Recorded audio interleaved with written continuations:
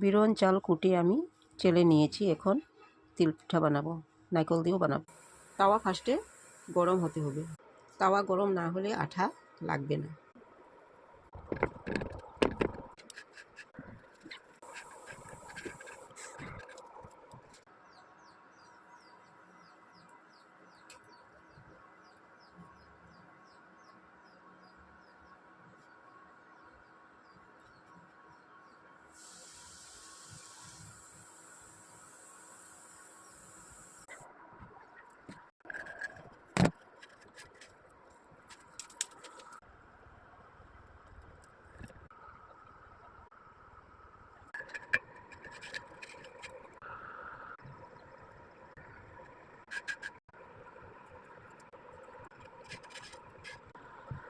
তিল নারিকেলের পিঠাটা আমার হয়ে গেছে।